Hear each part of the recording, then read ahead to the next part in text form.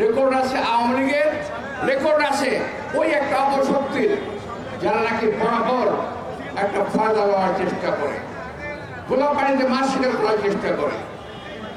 প্রিয় ভাইরা, মিছিল পূর্বে সমাবেশে আমি বক্তব্য লম্বা করতে চাই না। আমি চাই আসল ঘটনা বেরিয়ে আসুক, আসল দুর্বৃত্তরা সাজা পাক, এই দেশের মানুষের সামনে বিশেষ একটা রাজনৈতিক দলের মুখোশ উন্মোচিত হোক, এটি আমি চাই। আমি হাদির দীর্ঘায়ু এবং সুস্থতা কামনা করে আবার যখন তাকে আমরা নির্বাচনের মাঠে আমরা দেখতে চাই।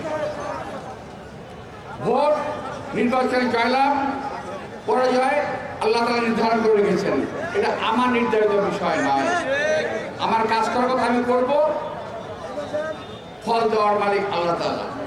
একইভাবে যেটা সকলে বিশ্বাস করে আমিও বিশ্বাস করি। তাই হাদিকে কখনো প্রতিদ্বন্দ্বী ভাবি না, আমি ভাবি আমার শ্রেষ্ঠ হাদি আমার প্রতিদ্বন্দ্বী নয়, ও আমার প্রতিযোগী, প্রতিদ্বন্দ্বী নয়, আমার শত্রু নয়, বরং রাজপথের একজন আমারই মতো লড়াকু সৈনিক। হাদির বয়সে আমরাও রাজপথে লড়াই করেছি, আমরা এখন রাজপথে লড়াই করি, আমার যে সহযোগীরা লড়াই করে তাদেরকে আমরা সাহায্য করি।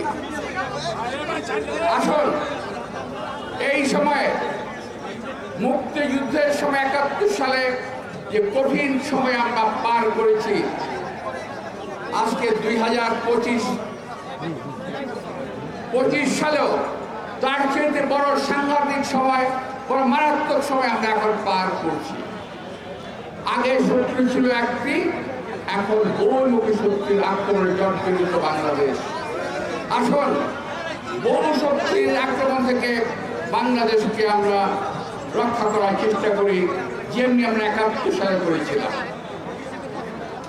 আর যারা গোলা পানিতে মাছ শিকার করার চেষ্টা করছেন, দয়া করে সাবধান হয়ে যান, দয়া করে সাবধান হন, নইলে এই দেশের জনগণ কিন্তু আপনাদেরকে মাফ করবে না।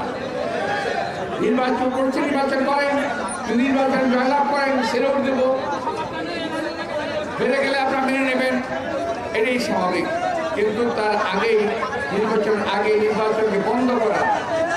আরেকটি কথা, কালকে হাতের উপর আক্রমণ কিন্তু বিচ্ছিন্ন কোনো ঘটনা নয়।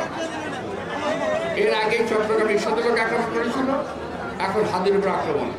আমি বলতে চাই এটা একটি বৃহৎ চক্রান্তের ক্ষুদ্র একটি অংশ, চক্রান্তের আরো ষড়যন্ত্র প্রকাশ পাবে ইনশাআল্লাহ।